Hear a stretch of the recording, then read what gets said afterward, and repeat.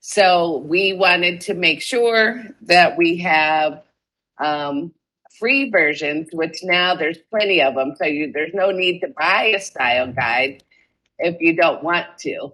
And I provided a resource, and then Wisdom has published it. I think Wisdom, right? All the style guide that I put as a pull request into your repository. Yeah, yes. I will also share it to them. Okay.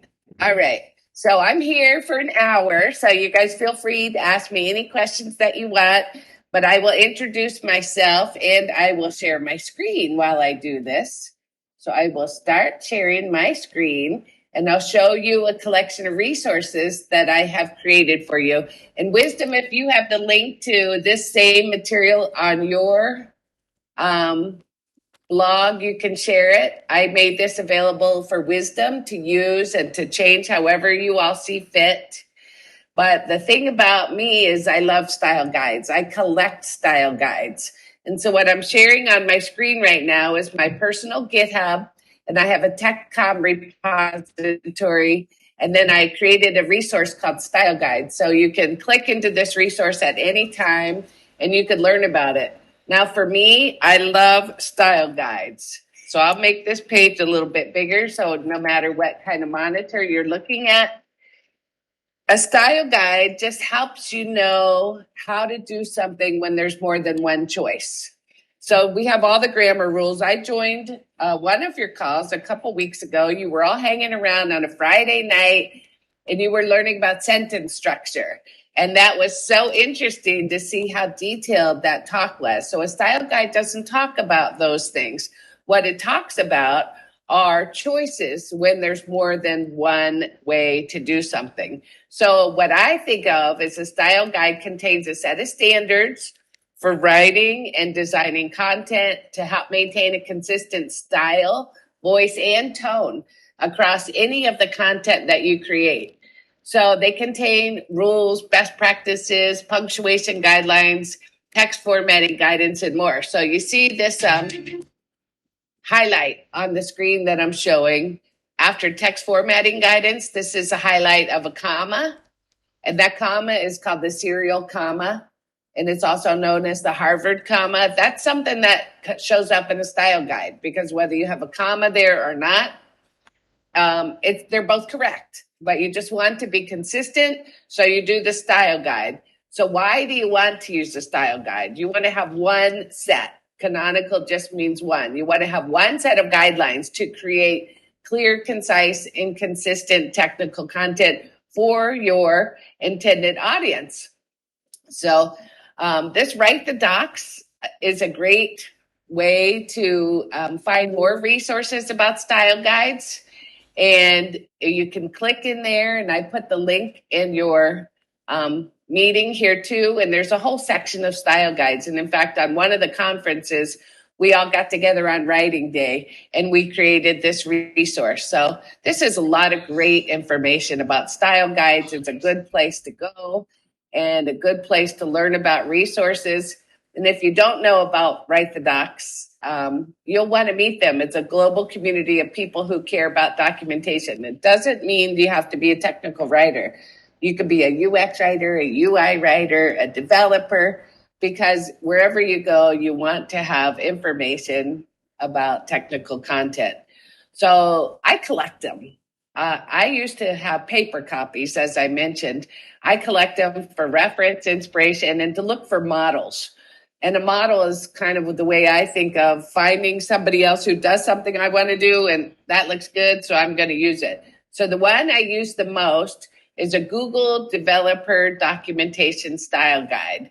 So this particular style guide is free for everybody. It has a really good user interface, and I bookmark it, and I use it all the time. So when you look at this Google Developer Documentation Style Guide, this is what Google uses for all of their products. It provides editorial guidelines. And they also have things that help you learn about highlights, voice and tone, text formatting, and word list. So it's very interesting how you can look into this one style guide And it gives you all kinds of third-party references that you might want to do. And you can see they're even referencing the Apple style guide and the Red Hat style guide. And if they have something different for a Google phone, I own a Google phone. That's for the Android documentation and anything for Google Cloud. So they are using icons and they tell you. And then it talks about rules. So it's just funny that it has guidelines, not rules. So it's okay not to follow it if it does when you can do content. And as you look at the style guide, if you think it's interesting, you can actually provide feedback and you can say, yes, that was easy to understand.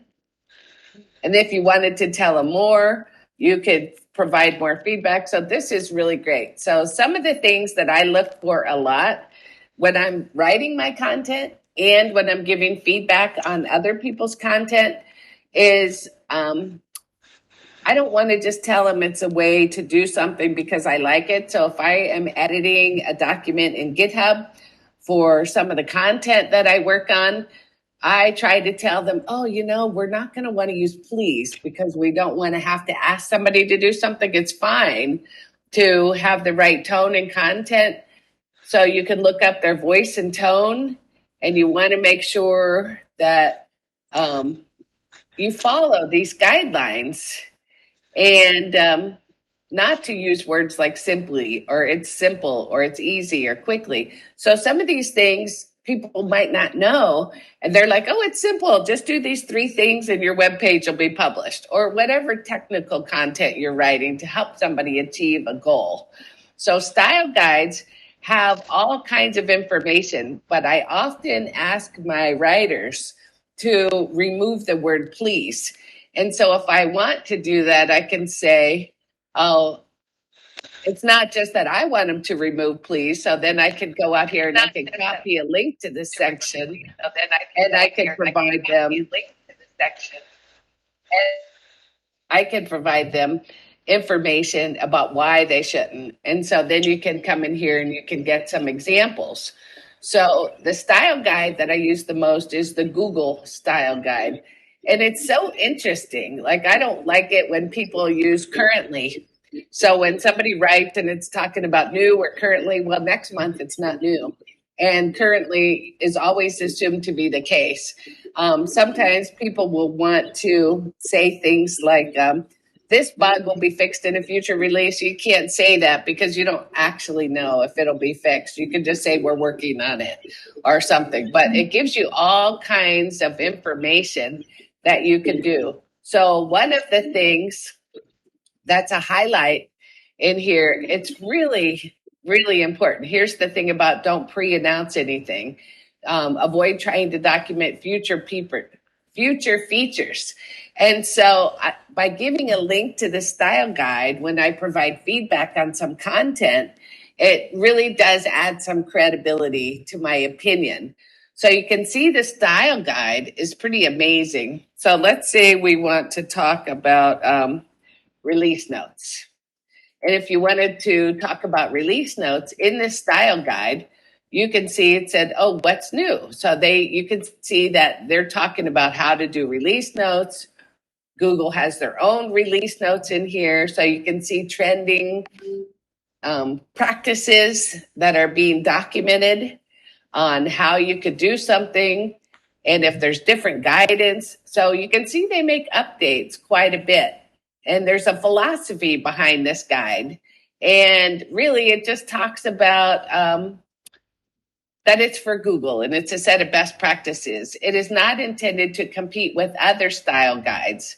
And it doesn't replace your own style guide or any other follow style guide. And it is not a complete set of basic writing guidelines.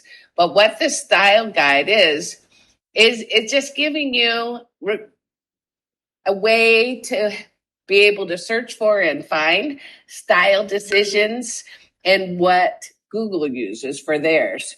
So in my own work, at my job, I have a style guide and I also have a word list. So like if we spell a word a certain way, I wanted to make sure that we always spell it the same way, because some words are just spelled like Web3. How do we spell Web3? Is it a capital W? Is it a lowercase w?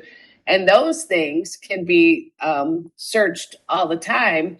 And if you have a word list, then you know. So I actually have this bookmarked on my own thing, a word list. So here's Google's word list. So here is a project that I'm working on now, my Elesto Docs word list, and I just made it searchable at the top. So let's say I wanted to talk about Web3. So we decided Web3 is a lowercase w, and it has a 3 without it. But how would you know? And then whitelist, that's not really a politically correct word. So instead, we encourage our developers to use allow list. And it's really very simple to create a word list that you could refer to. So this is specific to this particular project that I'm working on. I have a really interesting job working with a global team of people doing identity, self-sovereign identity technology to use the Cosmos ecosystem in the blockchain world. So a lot of these things really have a very specific way that we want to talk about it. So this is a really short word list. It doesn't have very many things at all. These are just the ones that we want to be able to use. But if you look at the Google word list, they have all kinds of things in here, like file name. Sometimes when you're writing file name, don't you like to think, oh, is file name one word or is file name 2 words? I have to look it up all the time. Even though I've been a technical writer for, I have to say, many more years than many of you have even been born. I started writing in the 1980s. Some of the things that you want to look at in the word list are set up. So it's like, I always have to look it up every single time. So is setup, is it one word or is it 2? It's something that you wanted to check.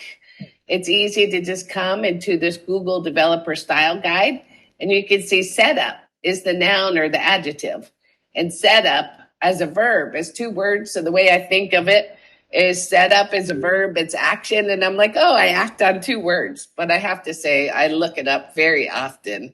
And those are the things I do all the time. And when you want to think about writing for a global audience, you don't have to remember everything. You just come here and you look something up. So that's just a brief introduction of my favorite style guide and some of the questions that come across. You know how sometimes you're reading and somebody will be writing, when you click this, the software product will do this, and you hear the word will in there.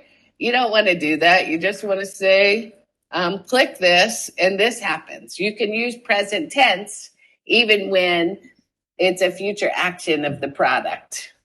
So is any of this interesting to you guys? You could talk or you could type it into your chat. Yeah. Yes, it is. Yeah. So I know it's to me, I could talk about style guides all day long. So I really love style guides, and part of my job is to edit everything at work. So at work, we have more developers than we have writers. In fact, I'm our only writer, and I edit messages that show up on the terminal for command line help. I get to edit descriptions of commands. I get to edit the API docs. I get to edit any content that shows up. We also are starting a blog. I get to edit our blogs. And in addition, I get to do traditional technical writing, but something that I always rely on is I always rely on style guides, because I don't have to remember. I don't even have to remember how to spell setup. I just look it up every time. And I think it's really important to know that using a style guide is perfectly fine. And it is expected that you would know how to look something up. So if you don't know how to do something, you don't need to. You could just look it up. The trick is being able to know that there is a place to look it up. So when you talk about even text formatting, like how often when you're looking at a document and you can see the UI elements, which is like the name of a window or the name of a field, and you can see like something, it is bold here, but it's not bold here. So it's more helpful when you scan it, you know how to format the text. And it gives you just really very simple guidance. So I love looking at this all day long. I could just look at my style guide as I'm working. And in fact, when somebody says, "What do you do?" I say, "Oh, I'm a technical writer." And really, I probably write less than 10% of the time. The other 90% is figuring out how to work the thing to write about it, but also how to be consistent and how to use the resources that are available. So, who has worked on content recently where they had some kind of questions about style guides?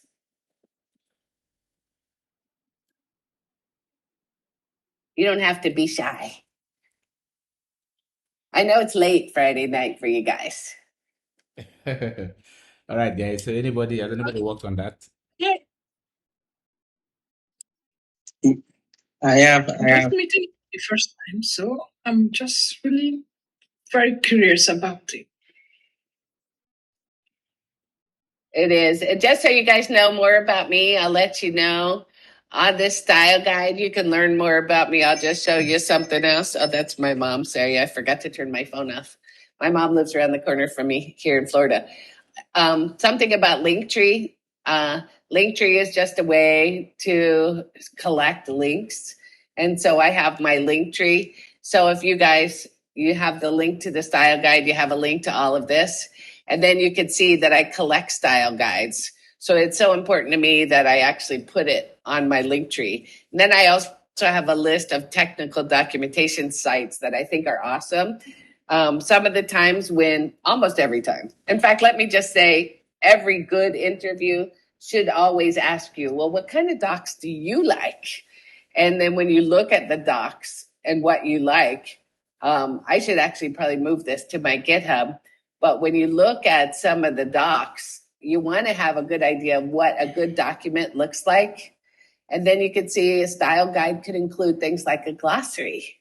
And then you can see that it's searchable on the right. And then if your window shrinks, it's adaptive and it moves. But all of this is defined by a style guide.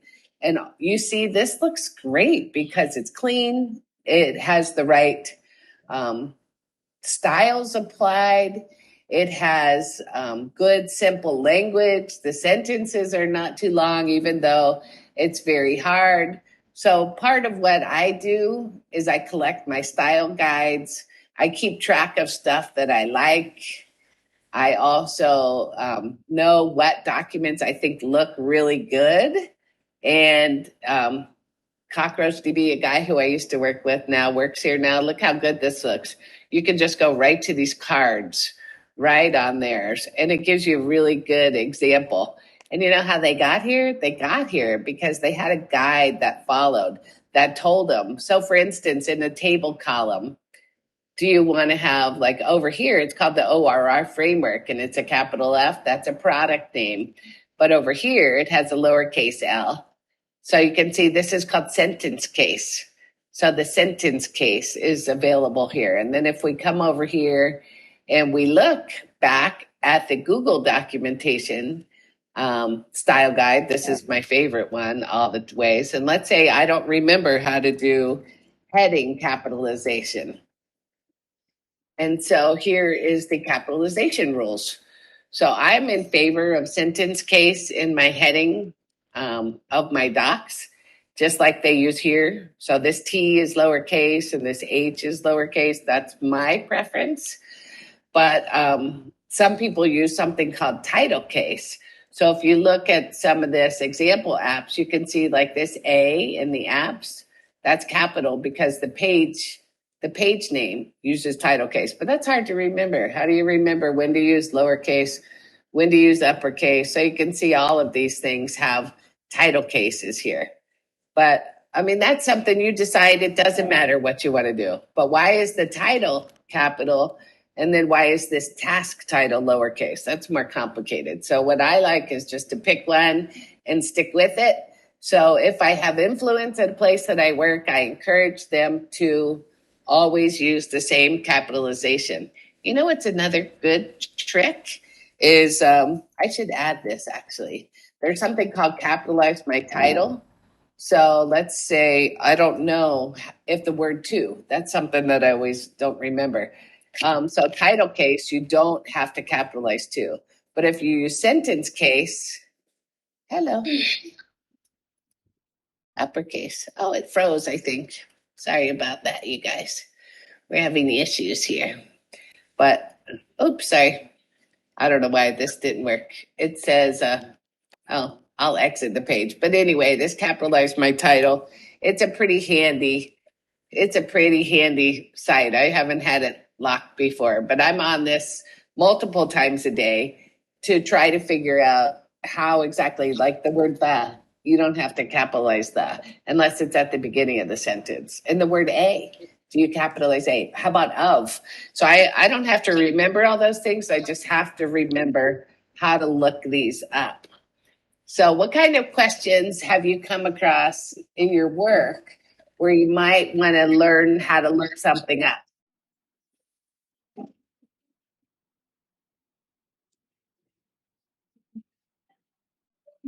I see peculiar. You're thinking about something, right? Yeah, because what I'm thinking is the kind of challenge I come across most of the times when I write is like starting the article. Yeah. That's the first introduction, which I feel should be something like inviting. So some of the times I find that kind of challenging, trying to figure out how do I start up this so that uh, someone looking at it or reading it can be, I mean, inviting or something. So Right. So see that might fall outside of a style guide because a style guide is just a set of best practices in grammar. But what I think I hear you saying is how to have a really strong summary or abstract. So when a person drills into maybe perhaps a blog article, they know what it is. So let's just look at about this guide. So about this guide, this one right here, it tells you that's a good introduction. You're there. And it says, hey, if you're new to this guide and you're looking at somewhere to start, you can do it. So, what I like about this particular introduction, it says, hey, this is it. Okay, great. It gives you some really good consistency guidelines, but then you know where to start. So, this would be one way to think about it. And you could say, oh, yeah, this is it. And I like this key point thing that they use a lot, an overview of some of the highlights. And then it gives you links on where to go, maybe further in your article or somewhere else. And when you want to write for a global audience, and it gives you information. But one way that I like as a reader is to do this. Now, somebody who I like a lot, who writes a lot of blogs, is somebody who works for our company. So I'm not signed in right now because I am in the middle of creating a medium for our new job. But let's say I want to look for somebody called Christina Combin. She's like one of my favorite blog writers in the blockchain world. So if you look at all the articles that talks about Christina, I really do like the stuff that she does. So how do you look up? Oh, those are her followers.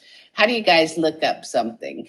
So these are things that are published. I'll just show you. I think we're still using blogignite.com. Ignite.com blog, sorry. Okay, so here is some of our blogs that I think are really strong with starting And so, like, how do you want to describe something really challenging? You always give a good headline, and this is just like a little summary or a sub headline.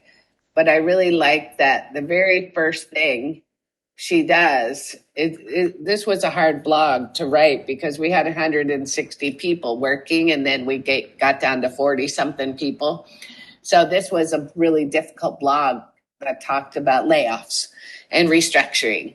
And so what she started out doing is she said, hey, look, we went through a rebrand, but we also did great things. We built and maintained it. We gave it a lot of love. But then it talked about, we have to share some bad news. So, I mean, this is one article that I think was a good way, what you're talking about.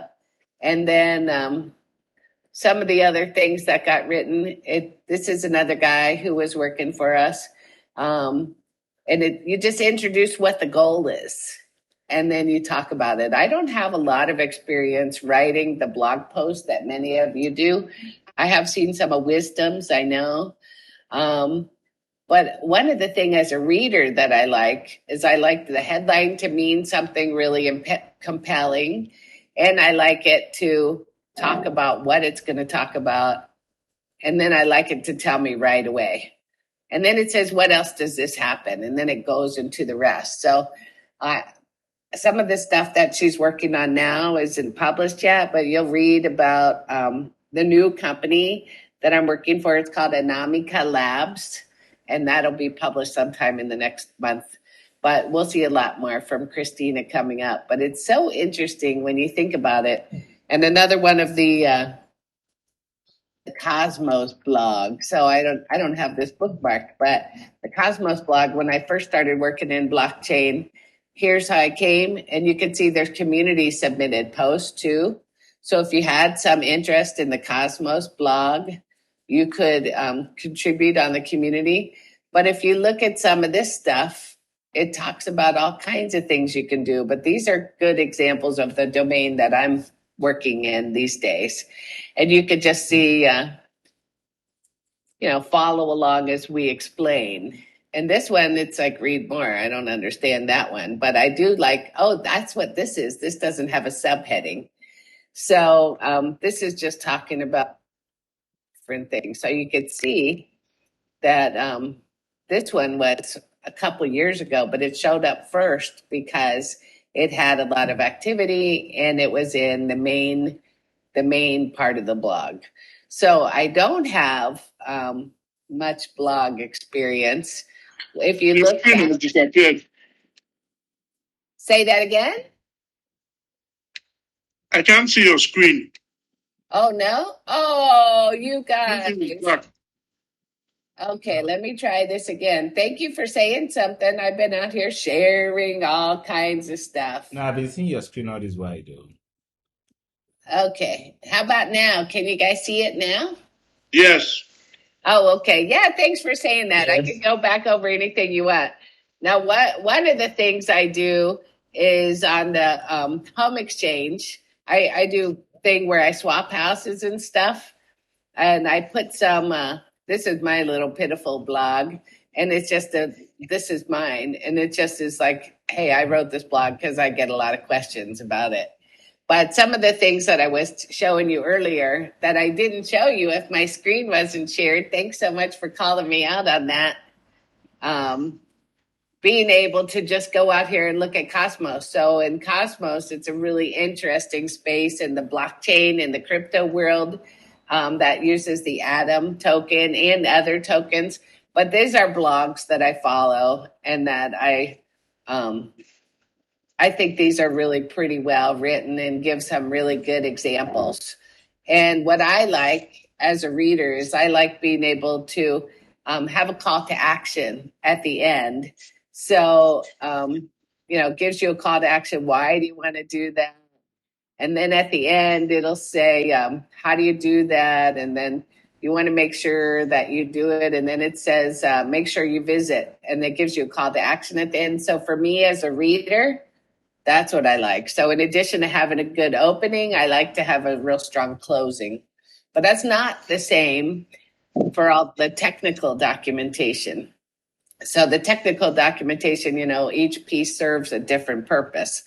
So every page should always be page 1, but that's how we do it. But for me, all of these collections of style guides, I used to start by keeping them here in a Google Doc. And of course, now we have the style guides that I shared. The link is the style guides are available in Wisdom's blog too. Wisdom, do you have your link to your project? Yes, I've already shared that already to them. Okay, hold on. I'm going to go back. In and for so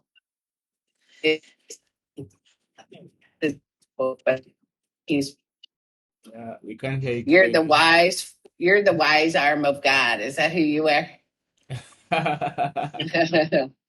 But see, this is what we're talking about. And so for me, just, style guides are just a way to keep track of what you want to do. And there's so many style guides. So when you look at style guides, you can have all kinds of different ones. But if you're interviewing for a role, one of the things that you want to do is you want to be able to talk about style guides and how you can use them to make sure that the content you deliver is consistent and follows the best practices for that intended audience. But there's all kinds of style guides. These are just the ones that apply to the work that I do. There's probably hundreds of style guides. In the old days, I would use the Microsoft Writing Style Guide, but this is more really about grammar. And this one is actually referred to a lot. And if you even just look at the top 10 tips, you want to have bigger ideas but fewer words. And so it just gives you really good ways to think about writing. So the Microsoft Style Guide is more about writing than it is about consistency for best practices. But I like it a lot. I mean, it tells you some really good ideas. Get to the point fast. And it talks about things like it's okay to use it's and let's. It's all right to use contractions. When I first started writing professionally decades ago, we were not encouraged to use informal language. And here it is again about capitalization. I'm all about not capitalizing things you don't need to, and it talks about all kinds of things like don't put a period at the end of a heading. All of these things are just really important things to think about when you do it. But this would be a good thing for people who are just getting into starting and talking about doing your content planning. So I know that one of us were talking earlier about how do you have a really strong opening. You can look at this content planning section and find out the audience and the goal. Who wants to read it and why do they want to read it? So for me, those are really key points. But I really think that style guides just give us so many ways that we could be sure that we're all going to be following the same guidelines for the same content. So when you get assignments to write blog posts, do they give you guidelines for the grammar?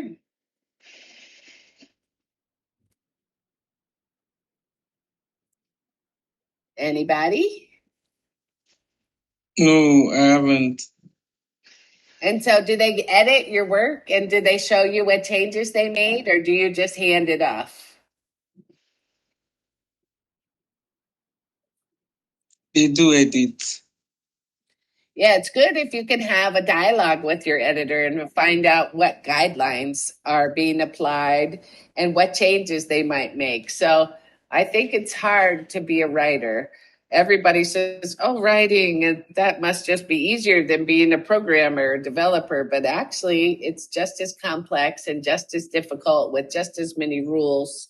And being able to understand the goal of the product and the technology or the message that you're doing is takes a really lot longer than you think to write. So you'll say, oh, I could just write 3 pages. That'll be okay. And that could take a week. I mean, if you do a really good job, later it might take 3 days or maybe later 2 days, but it always takes longer than you think. And having access to all of these style guides, I think, are just really super awesome. So different style guides serve different purposes.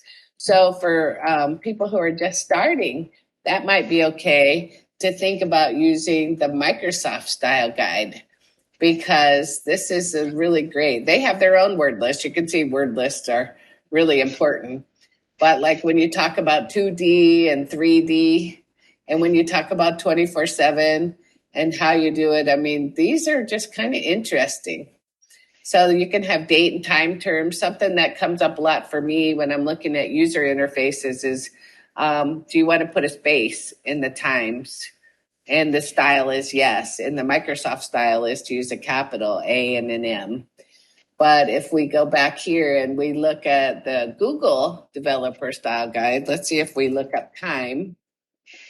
And then you can see dates and times. Let's see how Google does it. They also have a space. So, and then globally you use a colon, but in Europe they like to use a dot, 3:45 p.m. And if you need to know how to do things and how to express dates, it's really good to just have somewhere to look to get at it. And then why we prefer dates that are written out, because this could be May 4th or it could be April 5th, right? So it just could mean something different. And so when you do have this, how do you even talk about times of the year? The other day, somebody said, hey, happy autumn equinox. And I'm like, in the northern hemisphere, but in the southern hemisphere, it's a vernal equinox. So you can't talk about terms like spring. So you don't want to talk about the word spring when you're giving examples in the content that you write. You want to talk about the month, because spring is not the same all over the world. So see here, they're talking about that, October. And here, and we might think it's okay to talk about fall, but it's not fall all over the world when it's October. But I look up things all the time for units of measure. When you look here, if you can see, I don't know if this is big enough for everybody, but this is called a non-breaking space.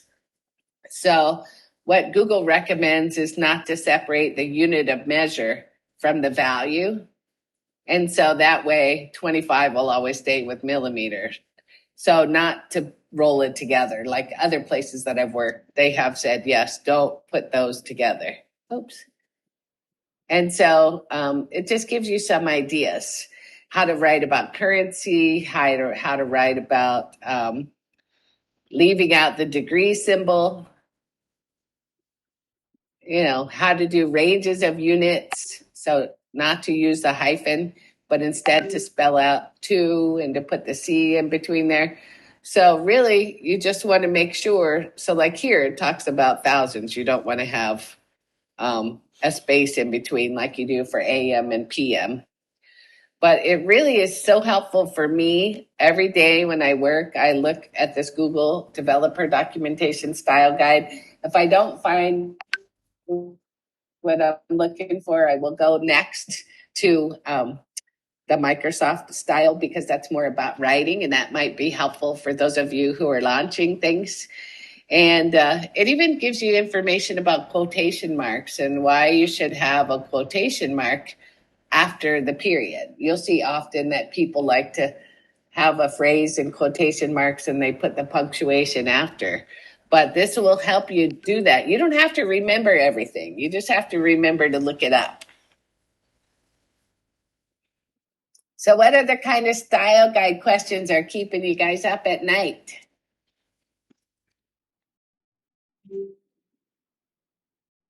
All right, guys. So any question for Barrie so far?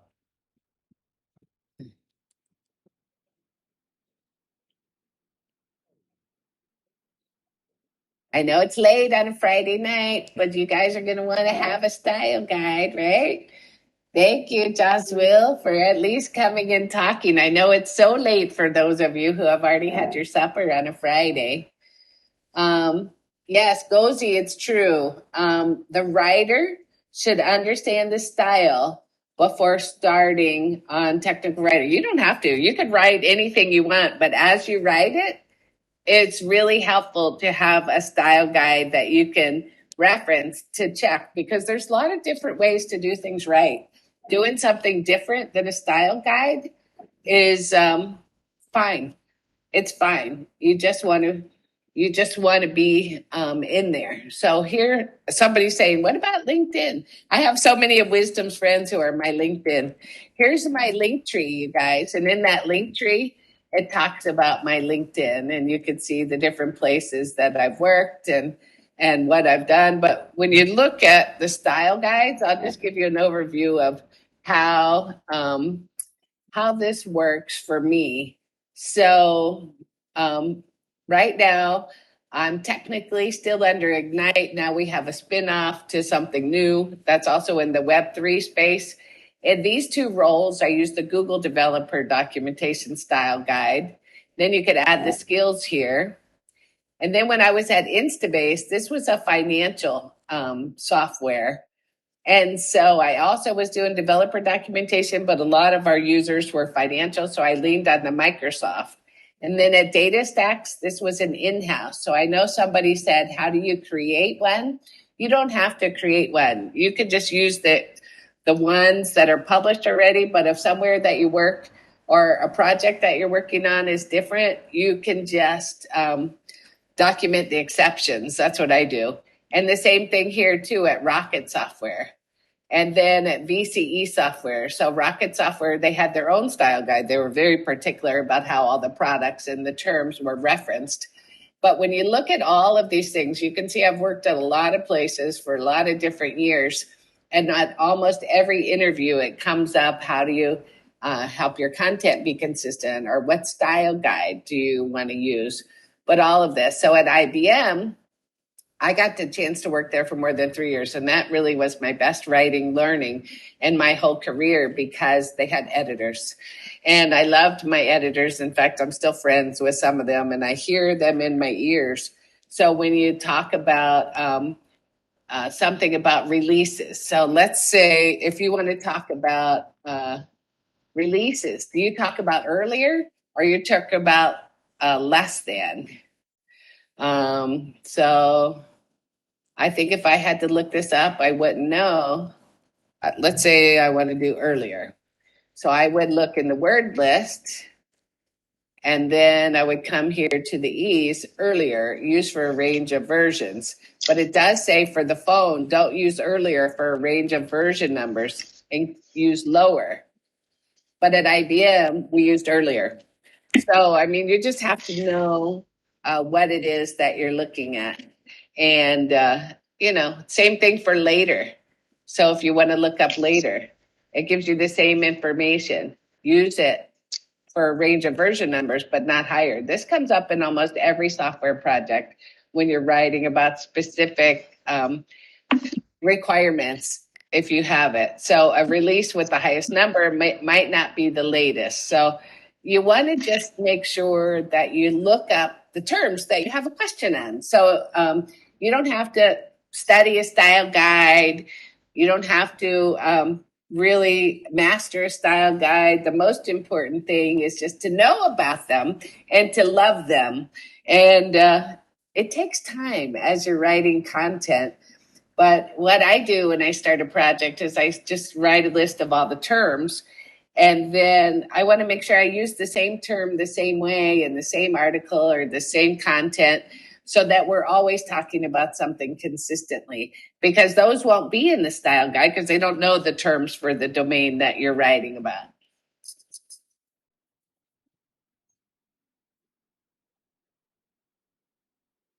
Yeah, I see some people are like, oh yeah, we're going to gradually get there. And are there ways to practice what we learned today? Sample documentations to try and work on and improve. Yes. Do you know there's something really great that Google has the Google technical writing. Is it a technical writing course that's free? There's this thing on technical writing courses.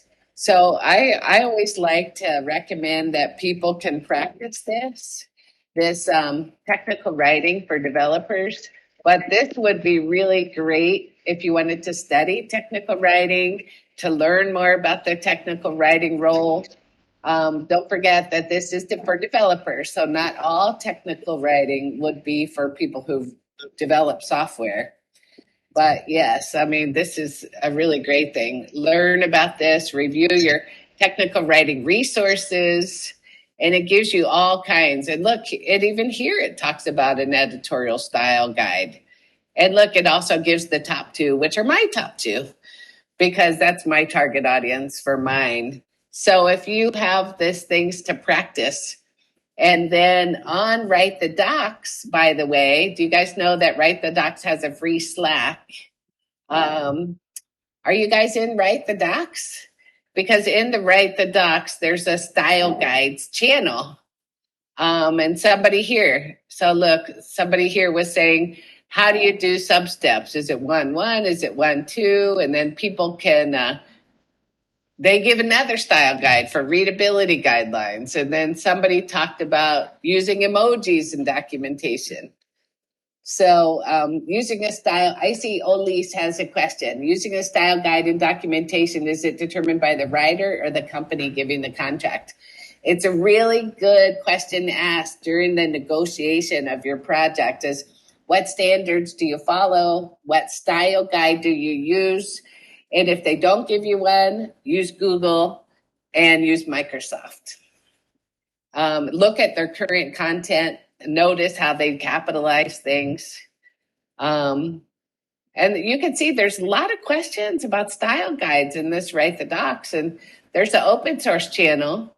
And in the open source channel and in this career advice channel, it's really good for people who are breaking into the technical writing. Here's community help wanted. Like here's a project out here that says, hey, who wants volunteers? So if any one of you wanted to volunteer, I would say join the Write the Docs on Slack, introduce yourself here in intros, and then come out here and look in community help wanted, look in open source. I mean, there is a way to practice. It's a lot harder to practice without a specific assignment. I'm not good at all of that. Link to the Slack channel. Okay, here's my link tree again, which is in the link. And then here is the Write the Docs community of people. And here's a link to the Slack. So Wisdom and I keep in touch on the Write the Docs Slack, which is a really great space to keep in touch on. So Write the Docs Slack, it's free to join right now. I think later we might have a membership fee, but they have a lot of job postings, but they also have job posts only here in the Write the Docs Slack.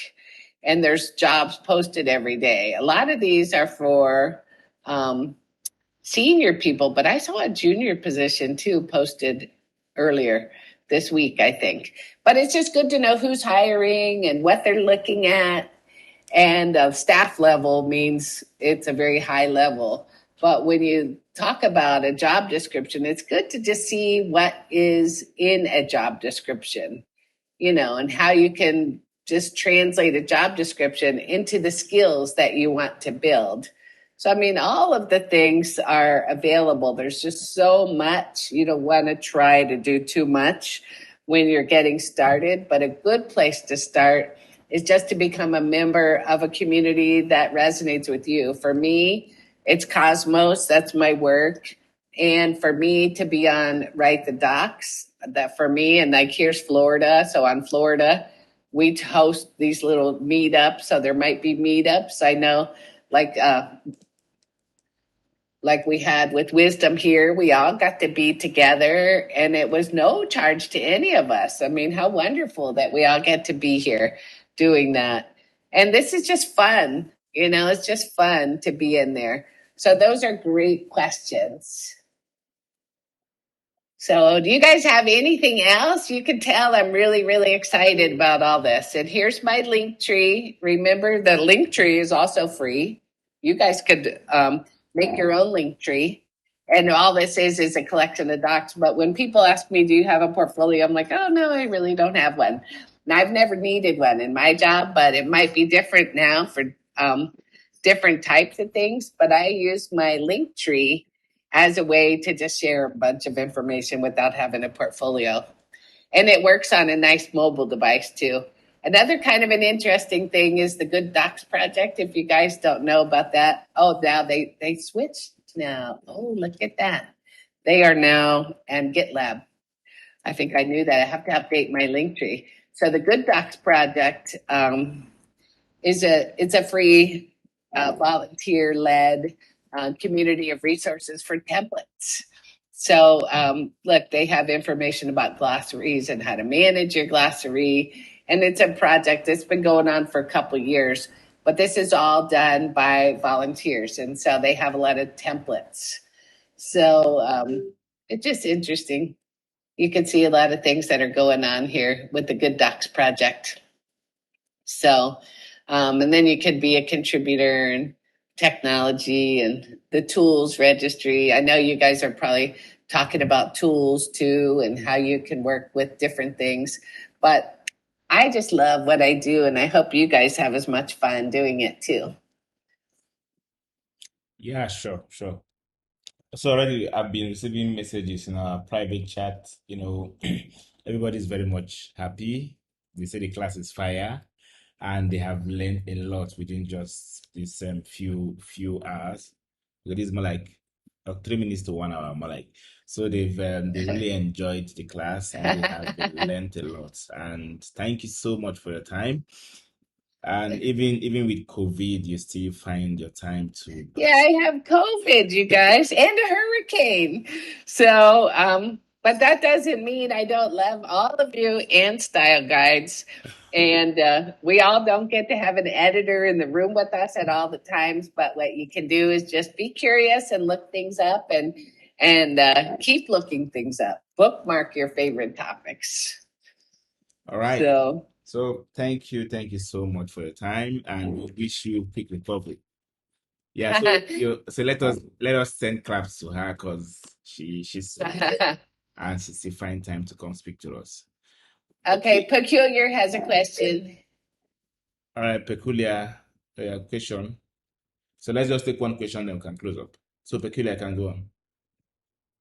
Yeah, I'm good. You say? Oh, you're good. Okay, see, we answered your question. You guys. All right, thank you so much, everyone, for coming. Thank you for attending the class, and thank you so much, Barrie, for your time. And we wish you quick recovery. Thank you. Thank you. Thank you, Wisdom, for hosting us.